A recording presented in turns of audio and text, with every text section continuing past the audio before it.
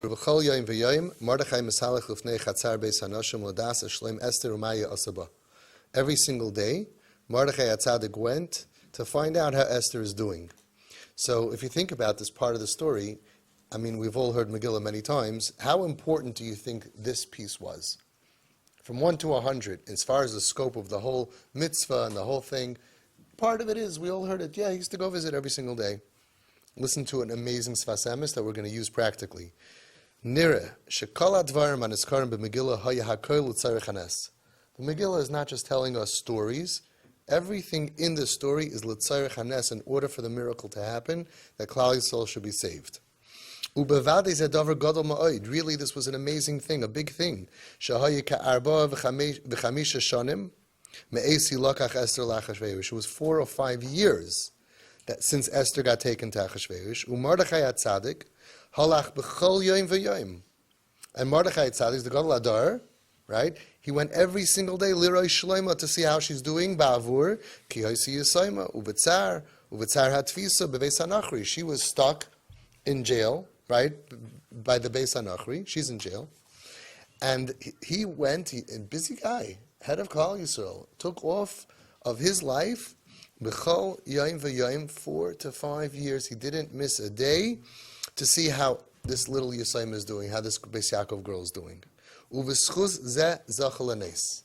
Chidush nifla from the Sfas Emes. This is the miracle. It means the whole Klal Yisrael would have been killed. And the miracle that saved the entire Klal Yisrael from being murdered was B'chol yom v'yom.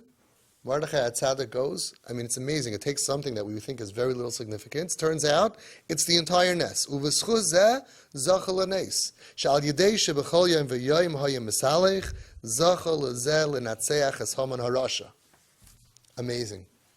So we have to take it, we have to understand. With all the schusim of Klal Yisrael, the emunah bitachon and the davening and the tefillah and the fasting, we would have all been annihilated. The nes came because we took time out of our busy schedule, the healthy, the g'daylim, took time out of our busy schedule, lirois to see, to go to the rehab, to go to the psych wards, to go to the hospitals, to see how is this girl doing. That's how we can be zeicha to the miracles. The Gedolim and the Gedolim of the families, Tati, Mami, the grandparents, the aunts, the uncles, the community, the healthy people have a responsibility to the sick people. And it's not just once a year, it's not just twice a year, it's not once a month. B'chol yom v'yom, you call them. I know you're going through a hard time. How's it going?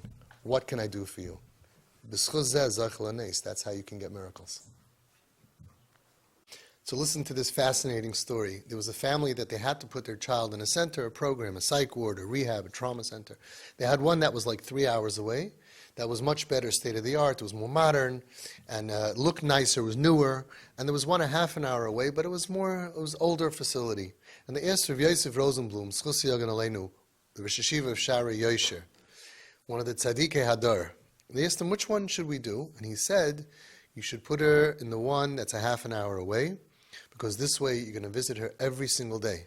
I want you to go there. B'chol yom v'yom. Visit her every single day. And if it's too far away, you're not going to be able to do that.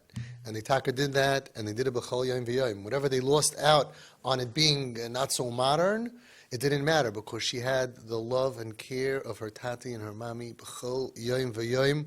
Every single day they brought her food, and they went to visit her.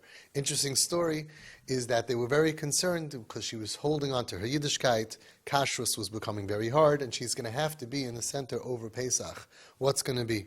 And mamish, out of the blue, she decided that she wants to go on a gluten-free diet, and without knowing anything about Yontif and when and where, she started this diet Erev Pesach, and it went kaputski, and it was over the last day of Pesach. So she ended up not eating any chametz over Pesach. We don't know exactly all the cheshbonis of everything, but the maila of b'chol yom v'yom, we have to make sure that all of the people suffering know that we are there for them every single day.